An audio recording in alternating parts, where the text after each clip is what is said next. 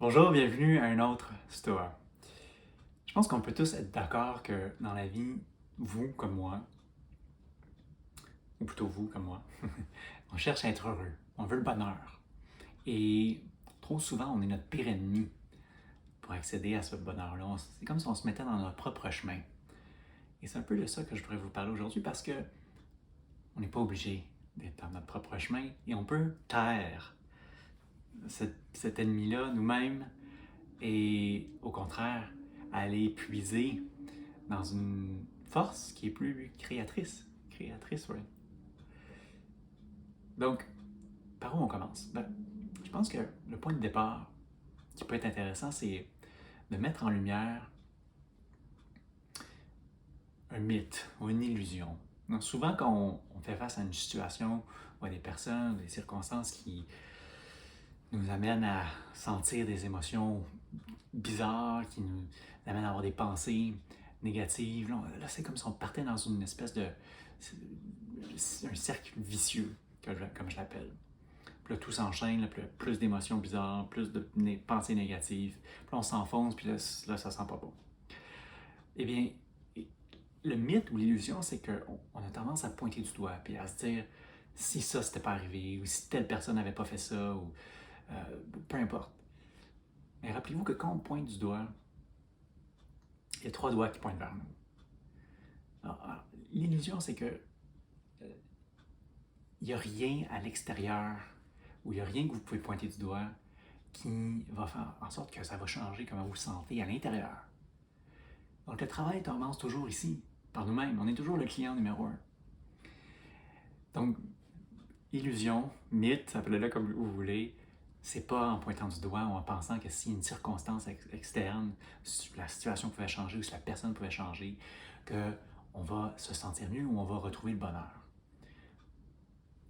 Donc, j'amène dans la discussion un schéma que je vais mettre en lien dans la vidéo pour vous aider, qui a été élaboré par un auteur avec qui je me suis lié d'amitié, qui s'appelle David Emerald. David a écrit le livre qui s'appelle TED, The Power of TED. Et il s'est basé sur un concept psychologique des années 60, le Karpman Triangle. Puis il l'a fait évoluer un petit peu à sa sauce, et je trouve que ça fait beaucoup de sens. Donc, pour David, il y a deux triangles qui peuvent représenter la dynamique dans laquelle on peut se retrouver. Le premier, il l'appelle le DDT, le Dreaded Drama Triangle. C'est le triangle du drame qui se poursuit, si je traduis très vaguement. Quand on se retrouve dans cette dynamique-là du triangle de DDT, comme il l'appelle, le Dreaded Drama Triangle, il y a trois personas qu'on peut être. Le premier, c'est on peut être une victime. Pourquoi moi? Encore moi? Ça devrait toujours, ça m'arrive toujours. Ah là là, la vie est dure. Bon, ce genre de discours-là, victime. Pas grand-chose de bon qui sort de ça, généralement. Je pense que vous pouvez être d'accord avec moi. Victime, deuxième personnage qu'on peut être dans ce triangle-là, persécuteur. Je vais déferler ou déverser sur les autres. Je vais pointer du doigt, je vais les accuser, je vais les prendre pour responsables de ce qui m'arrive. Je vais faire subir aux autres ma propre colère ou comment je me sens. Persécuteur. Troisième, rescuer, sauveur. Ah, le sauveur, est-ce qu'on le connaît? Moi, je le connais bien, j'ai été longtemps un sauveur.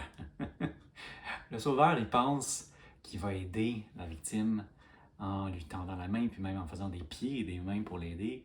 Mais en réalité, c'est une réflexion de lui-même qui se met dans cette dynamique-là. Et il n'aide pas personne. Et lui non plus, d'ailleurs. Donc ça, c'est le premier triangle qui, que moi je pourrais appeler un cercle vicieux. Quand on patauge là-dedans, le victime, persécuteur, sauveur, on est dans un cercle vicieux où on s'enfonce, puis il n'y a rien de trop bon qui va sortir de là, ou même je dirais il n'y a rien de bon qui va sortir de là. Le deuxième triangle, qui a été élaboré par David, qui lui, moi j'appelle le spirale vertueuse. On parle d'un créateur, d'un challenger, quelqu'un qui challenge, et puis d'un coach. Le créateur, il sait qu'il peut se sortir de peu importe comment il sent, à quoi il pense. Il a la conviction qu'il a les ressources et la capacité d'être bien, de retrouver l'équilibre ou le bonheur, puis de sortir de peu importe ce qu'il vit. Ça, c'est la force créatrice. Fort, fort, fort, fort. Le challenger va vouloir, plutôt que le persécuteur, par exemple, plutôt que de pointer du doigt ou d'écraser l'autre ou d'enfoncer, va vouloir aider à élever l'autre. Peu importe la façon, son intention est bonne et pure. Il veut challenger l'autre à s'élever et à s'ancrer dans le créateur qu'il est. Très bon. Puis troisième, le coach, il va épauler, il va supporter, il va guider, appuyer pour que l'autre aussi ait puisé dans toute sa force créatrice. Donc, il y a une dynamique qui est complètement différente, là. On s'élève, on va chercher, puiser dans notre grande force créatrice pour justement retrouver l'équilibre et le bonheur qu'on a accès, qu'on a droit. Il nous appartient, il est toujours là. Moi, je dis toujours que le bonheur, c'est un peu comme le soleil. Il brille tout le temps. On ne le voit pas toujours parce qu'il y a des nuages qui viennent le cacher, il est toujours là. Donc, comment il accède, ça nous appartient. Donc, j'ai voulu vous mettre en relief ces deux dynamiques-là pour vous donner un peu d'outils, de vocabulaire, puis espérant pouvoir amener une autre perspective. Puis maintenant, allons-y avec un exemple. OK? Par exemple, la semaine dernière, je vais pour mon permis de conduire. Ça fait des années, depuis toujours, je pense qu'il y a une faute d'orthographe dans mon permis de conduire. Je ne l'ai jamais changé. Je me décide à faire le changement, je me présente sur place et on me demande 2 pièces d'identité. Je n'ai pas pensé à amener 2 pièces d'identité. On ne veut pas me prendre. J'ai un rendez-vous, j'ai fait une réservation depuis plusieurs semaines. Et sur place, on me dit on ne peut pas effectuer la manœuvre, vous n'avez pas 2 pièces d'identité. Si j'opère dans une dynamique ou dans une spirale vicieuse, là, je commence à me dire bordel, pourquoi tu n'as pas amené 2 pièces d'identité? Je peux me blâmer, je peux me flageller, je peux commencer à faire ça. Ou je peux commencer à pointer du doigt, à dire ça n'a pas de bon sens, pourquoi vous ne me laissez pas faire cette manœuvre-là? Je connais mon nom, j'ai une pièce d'identité déjà, je vais même proposer des photos d'une 2e pièce d'identité, ça n'a pas été accepté. Je pourrais leur sortir un paquet de raisons pour les pointer du doigt puis les emmerder. Ou je peux commencer à me taper sur la tête. Je suis une victime, je suis un persécuteur. Il n'y a rien de bon qui va sortir de ça. À l'inverse, si vous faites le travail intérieur qui vous amène à opérer pas mal plus dans la spirale vertueuse, où vous pouvez être un créateur, un challenger ou un coach, une situation comme ça ne va pas vous affecter. Vous n'allez pas commencer à justement vous cogner sur la tête ou à pointer du doigt la personne derrière le comptoir. Vous allez le prendre avec un sourire, vous allez dire OK, pas de problème, il fait beau. Je vais me faire une marche, je vais retourner à la maison, je vais prendre ma 2e pièce d'identité, puis je vais revenir. Vous allez peut-être même être créatif, vous allez demander à la personne si je reviens dans 15-20 minutes, est-ce que c'est possible de me passer sur la file de côté? Seriez-vous OK à me voir quand même si je n'ai pas un autre rendez-vous? Si vous coopérez, puis vous le prenez avec un côté créateur, vous arrivez même peut-être à vous coacher vous-même, vous ne devenez pas votre pire ennemi. Et puis le bonheur, il est pas mal plus proche, il est déjà là, puis vous y touchez, puis vous y accédez.